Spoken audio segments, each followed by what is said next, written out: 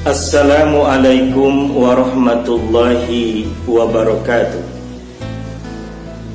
Bismillahi walhamdulillah wassalatu wassalamu ala rasulillah amma ba'du. Saudara-saudara kaum muslimin wal muslimat, shaimin was shaimat rahimakumullah. Puji dan syukur kita panjatkan kehadirat Allah Subhanahu wa ta'ala, karena atas izinnya alhamdulillah di bulan Ramadan tahun ini Allah masih beri kita kesempatan untuk menunaikan ibadah puasa Ramadan di bulan yang penuh berkah ini. Saudara-saudara, tujuan daripada berpuasa Ramadan tidak lain dan tidak bukan adalah agar orang yang melakukannya bisa menjadi orang yang bertakwa kepada Allah Subhanahu wa ta'ala. Pada ayat 183 surah Al-Baqarah Allah menyatakan, Ya ayyuhallazina amanu kutiba alaikumus siyam kama kutiba alal ladzina min qablikum la'allakum tattaqun. Wahai orang-orang yang beriman, telah diwajibkan kepadamu berpuasa, sebagaimana puasa juga dulu telah pernah Allah wajibkan kepada umat-umat sebelum kamu, la'allakum tattaqun. Tujuannya adalah agar kalian bertakwa kepada Allah Subhanahu wa ta'ala. Saudara-saudara, pada ayat ini redaksi yang digunakan adalah la'alla.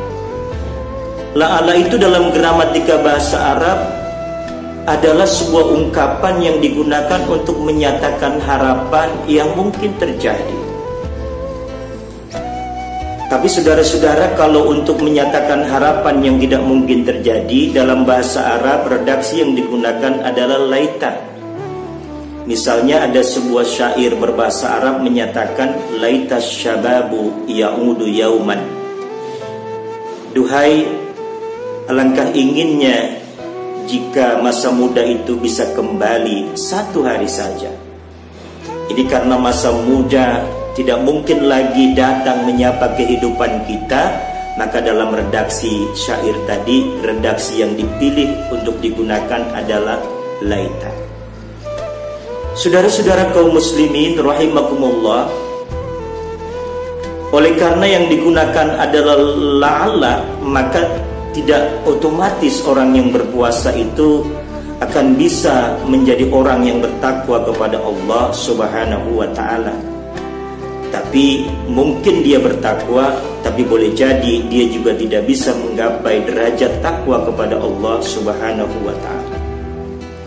Hal ini disinyalir oleh Nabi dalam sebuah sabdanya, Kam min shaimin, berapa banyak orang yang berpuasa, laisa lahu min siyamihi illal ju' wal atas, tapi sayang dari puasa yang ditunaikannya yang bersangkutan tidak mendapat apa-apa kecuali perasaan lapar dan dahaga yang melilit tenggorokannya.